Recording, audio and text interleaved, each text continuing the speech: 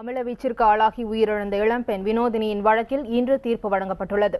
காரைக்கால் நீதிமன்றம் இந்த தீர்ப்பை வழங்கியுள்ளது. இது குறித்த விரிவான விவரங்களை அங்குள்ள நமது செய்தியாளர் தேவப்பிரியனிடம் கேட்கலாம். தேவப்பிரியன், தற்போது வழங்கப்பட்ட தீர்ப்பினுடைய விவரங்களை சொல்லுங்க. திவ்யா, அதாவது இந்த சம்பவம் கடந்த வினோதினி மீது திராவகம் வீசப்பட்ட சம்பவம் கடந்த ஆண்டு நவம்பர் 14ஆம் தேதி இரவு 10:30 மணிக்கு நடந்தது. அதாவது கடந்த குற்றப்பத்திரிகை தாக்கல் செய்யப்பட்ட பிறகு 157 நாட்கள் நடந்த விசாரணை சம்பவம் நடந்து கிட்டத்தட்ட 279வது நாள் இந்த தீர்ப்பு வழங்கப்பட்டிருக்கு. இந்த தீர்ப்பு என்ன மாதிரி சொல்லப்பட்டிருக்கு அப்படின்னு பார்த்தீங்கன்னா, அதாவது ஒரு ஆயுள் தண்டனை விதிக்கப்பட்டிருக்கு. மட்டுமில்லை, இது 302 அதாவது கொலை வழக்காக பதிவு செய்யப்பட்டதற்கான தண்டனை. இதை தவிர்த்து அதாவது சிறு காயங்கள் மற்றும் பெருங்காயங்கள் ஏற்படுத்தப்பட்டதற்காக தனியாக 4 ஆண்டுகள் சிறை தண்டனை விதிக்கப்பட்டிருக்கு.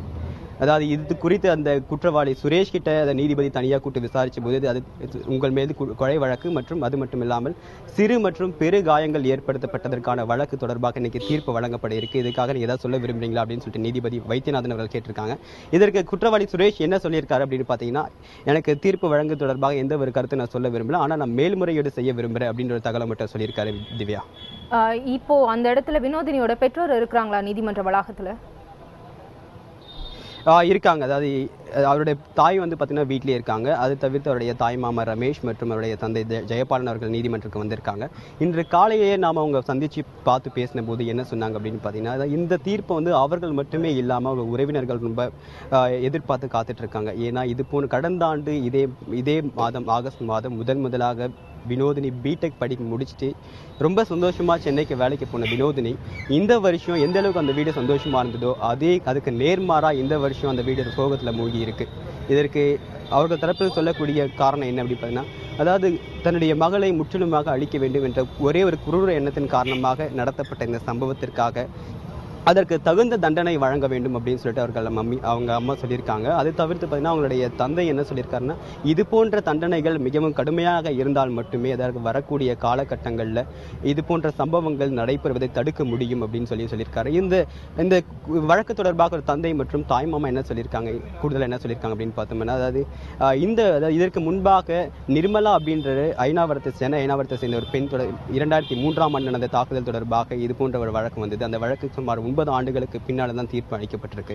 ஆனால் இந்த வழக்கு பொறுத்த வரைக்கும் கிட்டத்தட்ட 279 நாட்கள் விசாரணைக்கு உள்ளாகவே இந்த தீர்ப்பு வழங்கப்பட்டு இருப்பது மிகவும் சந்தோஷம் அடைந்திருப்பதாக அவர்கள் தரப்பில் சொல்லப்பட்டிருக்காங்க. வந்துட்டு இருக்க இப்போ தீர்ப்போட நகல் காப்பியம் வாங்க உள்ள இருக்கதாகவும் அது தொடர்ந்து விரைவில் வெளியே வரப்பட்ட தகவல் சொல்லப்பட்டிருக்கு. திவ்யா, விஸ்வதேவன் தொடர்ந்து இணைப்பில் காத்திருங்க. ஆசிட் வீச்சில் வினோதினி பலியான வழக்கில் குற்றவாளிக்கு ஆயுள் தண்டனை விதித்து காரைக்கால் நீதிமன்றம் தீர்ப்பளித்துள்ளது. இந்த விவகாரம் தொடர்பான விவாதத்தில் பங்கேற்க அனைத்து இந்திய மாதர் சங்கத்திலிருந்து வனஜா தற்போது நம்முடன் இருக்கிறார். அவருடன் இனி விவாதத்தை தொடரலாம். வணக்கம் திருமதி வனஜா. தற்போது இந்த தீர்ப்பு வந்திருக்கு. இந்த தீர்ப்பு ஏற்கனவே எதிர்பார்க்கப்பட்ட தீர்ப்பா? இந்த தீர்ப்பை நீங்க எப்படி பாக்குறீங்க? இது விரைவிலே தீர்ப்பு வழங்கப்பட்டது வரவேற்கத்தக்க அம்சம். ஆனால் ஆயுள் தண்டனை என்பது எங்களை பொறுத்தவரை ஆயுள் முழுதும் சிறையில் இருக்க வேண்டும், வெளியில் வரக்கூடாது என்பதுதான். ஏன்னா ஒரு கொடூரமான முறையில் அந்த பெண் இறந்திருக்கின்றார். எனவே அந்த தண்டனை இது மாதிரியான குற்றங்கள் வேறு யாரும் செய்யாமல் இருப்பதற்கு இவர்கள் ஜெயிலிருந்து வெளியே வரக்கூடாது, அந்த அளவுக்கு ஒரு கடுமையான தண்டனையாக இருக்க வேண்டும் என்பது என்னுடைய ஆழ்ந்த கருத்து. ஏன்னா இந்த மாதிரி ஏற்கனவே ஒரு 2-3 வழக்குகள் ஆசிட் அவங்க உயிரோடு இருக்காங்க, இதுவரையில் எந்த தீர்ப்பும் வழங்கப்படலை.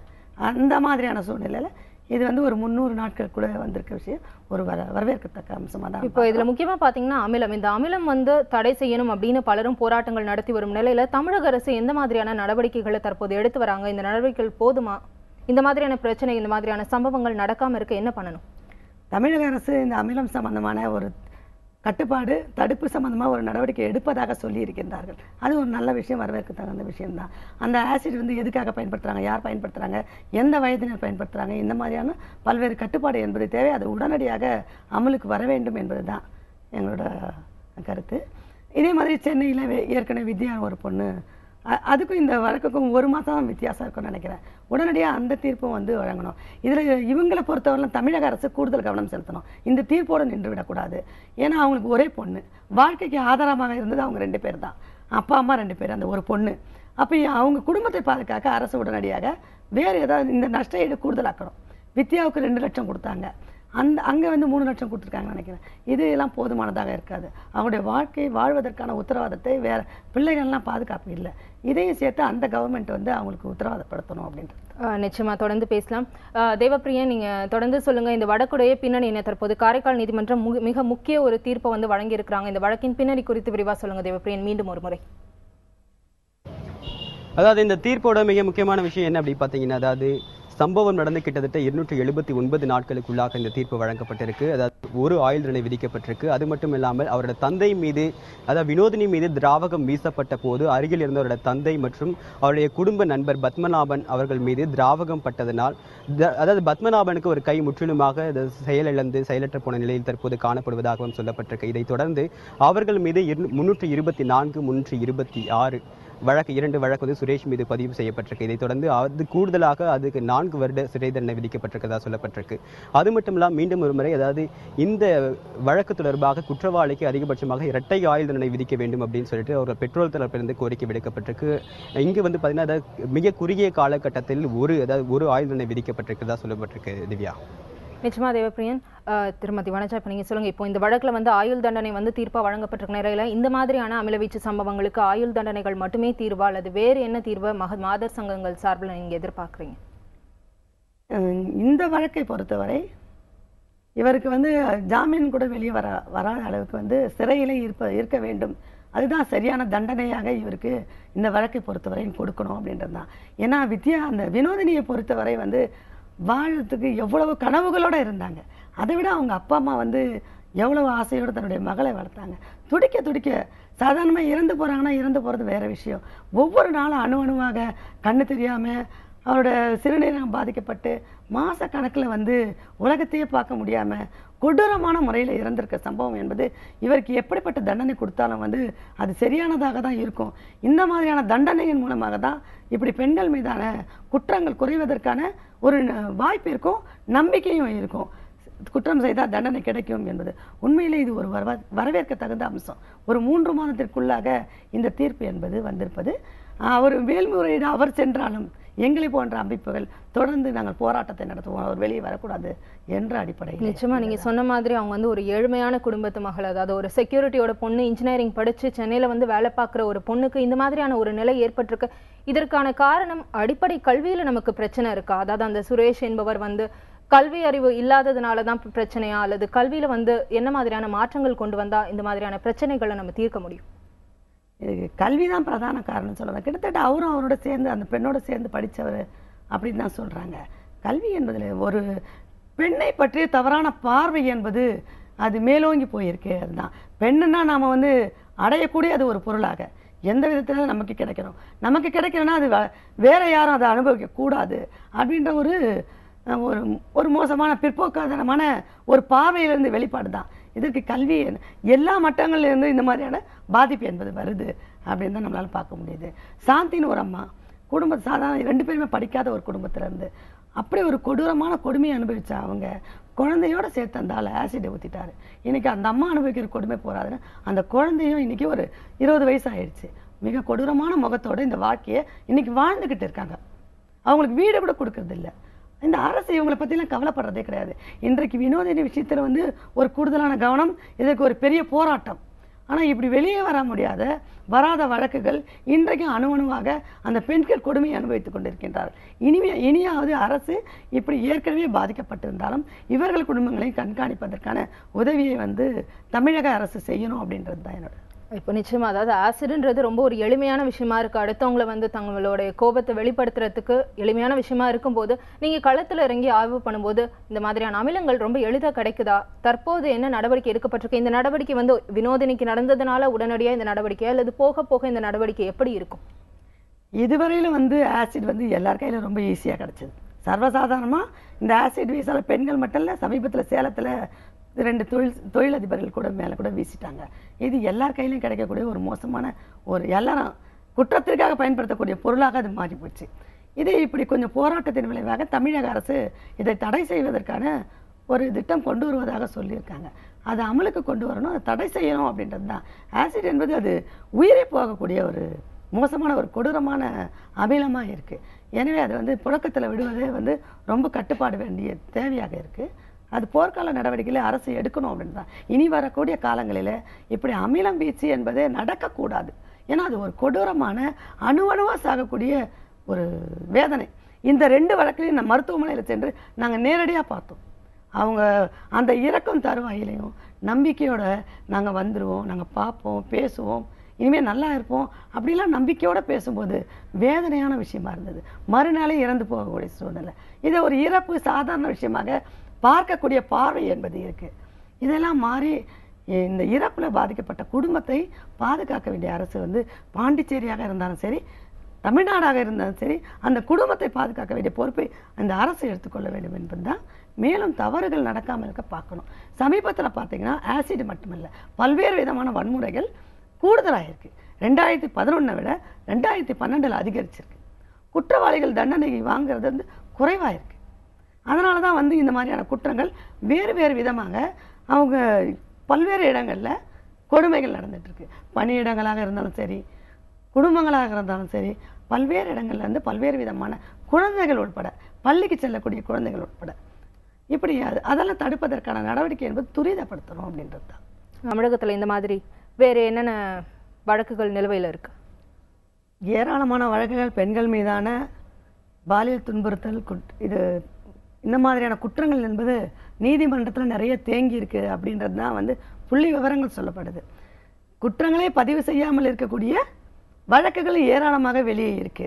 இதற்கான விழிப்புணர்வே இல்லாமல் யாரோட போய் பேசுவது, எங்கே வழக்கு பதிவு செய்வது, அந்த மாதிரியான விழிப்புணர்வு இல்லாமல் ஏராளமான பெண்கள் இன்றைக்கு பாதிப்புக்குள்ளாக இருக்க சூழ்நிலையில தொடர்ந்து பேசலாம். தற்போது தேவப்பிரியன், நீங்க நீதிமன்ற வளாகத்தில் இருக்கீங்க, உங்க கூட யார் இருக்கிறாங்க? திவ்யா, தற்போது நான் நீதிமன்ற வளாகத்தில் இருக்கேன். இப்போ அதாவது வினோதினியோட தாய் திரு ஜெயபாலன் அவர்கள் நம்மளோட இருக்காரு. அவர் இந்த தீர்ப்பு கொடுத்து என்ன சொல்றாரு அப்படின்னு ஐயா வணக்கம். இந்த குறிப்பாக இந்த வினோதினி சம்பவத்திற்கு பிறகு மன ரீதியாக நீங்கள் ரொம்ப பாதிக்கப்பட்டிருக்கீங்க. இந்த தீர்ப்பு உங்களுக்கு எந்த மாதிரியான ஒரு தீர்ப்பு கொடுத்து உங்களோட கருத்தை சொல்லுங்கள். தீர்ப்புங்கிறது ரொம்ப ஏற்றுக்கொண்ட விஷயம் தான். அந்த தீர்ப்புங்கிறது நான் எதிர்பார்த்த அளவுக்கு இல்லைனாலும் தீர்ப்பு நல்ல தீர்ப்பு தான். அது என்ன இருந்தாலும் என் பிள்ளை எனக்கு கிடைக்க போகிறது கிடையாது. இந்த தீர்ப்புங்கும் போது என் பிள்ளை எதிர்பார்த்த மாதிரி இனிமேல் யாருக்கும் வரக்கூடாது. இனிமேல் என் பிள்ளை தான் கடைசியாக இருக்கணும், என் பிள்ளையோட போட்டு இனிமேல் யாருக்கும் வரக்கூடாதுங்கிறது தான் என்னோடது. ரொம்ப சந்தோஷப்பட வேண்டிய விஷயந்தான். தீர்ப்பு தான் இது. இருந்தாலும் என் பிள்ளை என்னை விட்டு போயிட்டா, இல்லை இருக்க மாட்டேன், வரமாட்டான்னு மேலே அதெல்லாம் தீர்ப்புங்கிறது. குறிப்பாக நீங்கள் மருத்துவமனையில் இருந்த காலகட்டங்களில் வினோதினி அந்த மருத்துவமனை மன ரீதியாகவே ரொம்ப பாதிக்கப்பட்டிருந்தாங்க. ஏன்னா கண் பார்வை இழந்த நிலையில் ரொம்ப பாதிக்கப்பட்டிருந்தாங்க. இந்த நிலையில் அதாவது இந்த தீர்ப்பு இந்த அளவுக்கு விரைவாக வழங்கப்பட்டிருக்கு. இந்த விரைவாக வழங்கப்பட்டிருக்கனால இனி வரக்கூடிய காலகட்டங்களில் இது போன்ற குற்றங்கள் குறையும் அப்படின்னு நீங்கள் நினைக்கிறீங்களா? கண்டிப்பாக இந்த வழக்குங்கும் போது இவ்வளோ சீக்கிரம் இந்த தீர்ப்பு வருங்கிறத நாங்களாம் நினச்சி கூட பார்க்கல. அதே மாதிரி போலீஸில் பார்த்தீங்கன்னா அவ்வளோ தூரம் ஹெல்ப் பண்ணி எல்லாம் செஞ்சுருக்கிறாங்க. இந்த அளவுக்கு ஹெல்ப் பண்ணலன்னா இது அளவுக்கு கண்டிப்பாக வந்திருக்காது. அவங்களோட முயற்சி இல்லைன்னா கண்டிப்பாக வந்திருக்காது. அவங்க அந்த அளவுக்கு முயற்சி எடுத்து எவ்வளோ சீக்கிரம் பண்ண முடியுமோ அவ்வளோ சீக்கிரம் பண்ணி எதாவது என்னென்ன பண்ணணுமோ அவ்வளோ பண்ணி என் பொண்ணும் உயிரோடு இல்லைனாலும் அவளோட மானத்தை காப்பாற்றி அவளோட பிள்ளையோட இதை காப்பாற்றிருக்காங்க. எல்லாரும் செஞ்சுருக்கிறாங்க. உண்மையிலேயே இன்னும் போலீஸ் டிபார்ட்மெண்ட் பொறுத்தபோது ரொம்ப நான் சந்தோஷப்படுறேன். அதுவும் இல்லாமல் அந்த வழக்கு வந்து இவ்வளோ சீக்கிரம் வந்து தீர்ப்பு வருங்கிறத நான் லைஃப்பில் நினச்சி கூட பார்க்கல. அவ்வளோ சீக்கிரம் பண்ணியிருக்கிறாங்க எல்லாம். இப்போ வந்து பார்த்தீங்கன்னா இந்த வழக்கு தொடர்பாக மீண்டும் அதாவது குற்றவாளி சுரேஷ் வந்து மறுபடியும் மேல்முறையீடு செய்யப்படுறதா சொல்லியிருக்காங்க. இதை நீங்கள் எப்படி பார்க்குறீங்க? உங்களோட கருத்து என்ன சார்? மேல்முறையீடு பண்ணட்டும் சார். அது நம்ம அது பண்ண வேணாம். அவன் பண்ணட்டும். ஏன்னா மேல்முறையீடு பண்ணாலும் அது வந்து அது அவனோட இது. அது ஒன்றும் நான் சொல்கிற மாதிரி இல்லை. அது அவன் பண்ணட்டும். இன்றைக்கி மேல்முறையீடுன்னு சொல்லும்போது பார்த்தீங்கன்னா அவனுக்கு நீதியரசர் கேட்டார், உன்னை ஏதாவது மேல்முறையீடு பண்ணிக்க போறியா, உனக்கு அதெல்லாம் தேவை இருக்கான்னு கேட்டதுக்கு நான் அங்கே பார்த்துக்கிறேன்ற மாதிரி அவன் சொல்லியிருக்கான். நீங்கள் பார்த்தீங்கன்னா இந்த வழக்கில் குற்றவாளின்னு அவரே சொல்லிட்டார். உன்னை குற்றவாளியாக நான் அறிவிக்கிறேன்ற மாதிரி சொல்லிட்டார். உன்னை குற்றவாளி நாங்கள் தெரிஞ்சுக்கிட்டோம், ஆனால் இதுக்கு ஏதாவது சொல்கிறியான்னு கேட்டால் நான் ஒன்றும் மறுத்துட்டான், நான் எதுவும் சொல்லலைங்கன்னு சொல்லிட்டான். ஸோ நீதியரசர் கொடுத்துட்டார், தீர்ப்பு கொடுத்துட்டார். ஆனால் இவன் மேல்முறையீட்டுக்கு போகுன்ற வார்த்தை சொல்லும் போது பாருங்க, இந்த மாதிரியான குற்றங்களுக்கு உறுதி செய்யப்பட்ட பின்னரும் திரும்ப மேல்முறையீடு போகும்போது குற்றவாளிக்கு குறைந்தபட்ச தண்டனையை வழங்குறதுக்கு எந்த இதுலையும் இருக்காதுன்னு நாங்கள் நம்புறோம். ஏன்னா இது வந்து உலகறிஞ்ச ஆசிட் வீச்சின உலகறிஞ்ச விஷயம். இதுக்கு இரட்டை ஆயில் கொடுத்தா ஒரு ஆயிலா குறைக்கலாம். ஒரு ஆயில் எங்க குறைக்க முடியும்? எங்க குறைக்க முடியாது. குறைக்கிறதுக்கான வாய்ப்பே இல்லைங்க. இது நிச்சயமா செய்யலாம். ஐயா, இப்போ பார்த்தீங்கன்னா அந்த வினோதினி சம்பவம் அடுத்தபடியாக டெல்லியில் நடந்த பாலியல் வன்கொடுமை, அது தொடர்ச்சியாக பார்த்தீங்கன்னா பெண்களுக்கு எதிராக நடைபெறும் வன்முறை தொடர்பாக ஒரு சட்ட மசோதா தாக்கல் செய்யப்பட்டு நிறைவேற்றப்பட்டது. இந்த நிலையில் அதாவது குறிப்பாக ஆசிட் வீச்சு வந்து ஒரு பெரிய அளவில் பேசப்பட்ட விஷயம். அது தொடர்பாக நீதிமன்றங்களும் சரி அரசும் சரி அது ஆசிட் விற்பனையை கட்டுப்படுத்த நடவடிக்கை எடுத்திருக்கிறதா சொல்லியிருக்காங்க. அதை தவிர்த்து ஆசிட் வீச்சினால் பாதிக்கப்பட்ட பெண்களுக்கு நிவாரண உதவி கிடைச்சிருக்கிறதா சொல்லியிருக்காங்க. இதுக்கு முக்கியமாக வினோதினி வழக்கு ஒரு முக்கியமான வழக்குன்னு சொல்லி பெரும்பாலானவங்க பேசிட்டு இருக்காங்க. இது தொடர்பாக கருத்து என்ன சொல்லுங்க? இது என்ன தீர்ப்புன்னு எப்படி நான் சொல்கிறேன்னு எனக்கு தெரியல. வினோதினி வழக்குங்கும் போது என் பொண்ணு மூலயமா அடுத்தவங்களுக்கெல்லாம் ஒரு நல்லது கிடைக்குங்கும் போது ரொம்ப சந்தோஷப்பட வேண்டிய விஷயம் அது. ஏன்னா வினோதினிங்கிறது இந்த ஆசிட் பட்டு அவள் கேட்டுக்கிட்டது மாதிரியே நடக்குது அப்படிங்கும் போது ரொம்ப சந்தோஷப்பட வேண்டிய விஷயம் தான். என் பொண்ணு அது மூலயமா என் பொண்ணோட ஆத்மா சாந்தி அடையும். அது கண்டிப்பாக உண்மையான அது. என் பொண்ணு ஆத்மா சாந்தி அடையும். அவர் நினச்சது மாதிரியே அந்த இது தீர்ப்பு வந்திருக்கு. அதே மாதிரி பாதிக்கப்பட்டவங்களுக்கெல்லாம் திரும்ப திரும்ப யாருக்கு இனிமேல் பாதிப்பாக கூட ஏற்கனவே பாதிக்கப்பட்டவங்களுக்கு அந்த தீர்ப்பு வரணும், நல்ல தீர்ப்பாக வரணுங்கிறது என்னோட ஆசை. திவ்யா, அதாவது ஆசிட் வீச்சால் பாதிக்கப்பட்ட பல பெண்கள், அதாவது சோனாலி முகர்ஜி முதற்கொண்டு வித்யா மற்றும் மகாலட்சுமி மற்றும் கடந்த சில வருடங்களுக்கு முன்பாக நெற்குன்றம் பகுதியில் பாதிக்கப்பட்ட நிர்மலா போன்ற பல பெண்களுக்கு இது தொடர்பான அதாவது குறைந்தபட்சம் 3 ஆண்டுகள் மட்டுமே தண்டனை வழங்கப்பட்டிருந்தாலும் கூட குறிப்பாக நிர்மலா வழக்கில் மட்டும் ஆயுள் தண்டனை விதிக்கப்பட்டிருக்கு. குறிப்பாக இந்த ஒரு வழக்கு அதாவது வர்மா கமிட்டிக்கு பின்னாடி வழங்கக்கூடிய இந்த தீர்ப்பு மிக முக்கியம் வாய்ந்ததாகவே அனைவரும் சொல்லியிருக்காங்க. இந்த தீர்ப்பு ஒரு தங்களுக்கு திருப்தி அளிப்பதாகவும் அதாவது வினோதினியுடைய ஆத்மா சாந்தி அடையும் சொல்லிட்டு அவர் தந்தை சொல்லியிருக்காரு. அது தொடர்ந்து மேலும் நம்ம கிட்ட ஒரு சமூக ஆர்வலர் ஒருத்தர் இருக்காரு. அவர் என்ன சொல்றாரு அப்படின்னு சொல்லிட்டு பார்க்கலாம். திவ்யா சொல்லுங்க ஐயா, அந்த தீர்ப்பு குறித்து நீங்க என்ன சொல்றீங்க? இந்த தீர்ப்பு அனைவருக்கும் ஒரு நல்ல பாடமாக விளங்க வேண்டும். ஒரு ஆயுள் தண்டனையும் மற்றும் 4 வருட கடுங்காவல் தண்டனையும் 1 லட்சம் ரூபாய் அபராதமும் விதிக்கப்பட்டுள்ளது. சமூக ஆர்வலர்கள் இதை சமூகத்தில் உள்ள அனைவருக்கும் இந்த தீர்ப்பை கொண்டு செல்ல வேண்டும், நல்ல விழிப்புணர்வு ஏற்படுத்த வேண்டும். ஏனென்றால் இது போல ஒரு குற்ற சம்பவம் இனிமேல் யாரும் செய்வதற்கு ஒரு அச்சம் ஏற்பட வேண்டும். இது ஒரு முக்கியமான ஒரு கருத்தாக ஒரு விழிப்புணர்வு உருவாக்க வேண்டும் இந்த ஆணையை பயன்படுத்தி. ஒன்று. இரண்டாவது, ஒருதலை பட்சமாக ஏற்படும் இந்த காதல் பிரச்சனைகளால் வரக்கூடிய கொலை சம்பவங்கள் இது முளையிலேயே இந்த பிரச்சனைகள் கிள்ளி எறியப்பட வேண்டும். ஒருதலை பட்சமாக ஏற்படும் காதல் பிரச்சனைகள் காவல்துறைக்கு செல்லும் போது அதை முறையே அந்த புகார்களை பதிவு செய்ய வேண்டும். ஒரு வழக்கு பதிவு செய்து ஒரு சிறிய தண்டனையாவது அவர்களுக்கு பெற்றுத்தர வேண்டும். அப்படி செய்திருந்தால் இது கொலை சம்பவமாக மாறுவதற்கு உண்டான வாய்ப்பே இருந்திருக்காது. அதே போல காவல்துறை துரிதமாக நடவடிக்கைகள் எடுத்து ஒரு பிரச்சனையாக இருக்கும் போதே இதை ஒரு நல்ல நடவடிக்கைகள் எடுத்திருந்தால் இது வராது. நன்றி. திவ்யா சொன்ன மாதிரி அதாவது திராகம் வீச்சு போன்ற ஒரு மிக கடுமையான குற்றங்களுக்கு இது போன்ற ஒரு கடுமையான தண்டனைகள் இருக்க வேண்டியது அவசியம் அப்படின்னு சொல்லியிருக்காரு திவ்யா.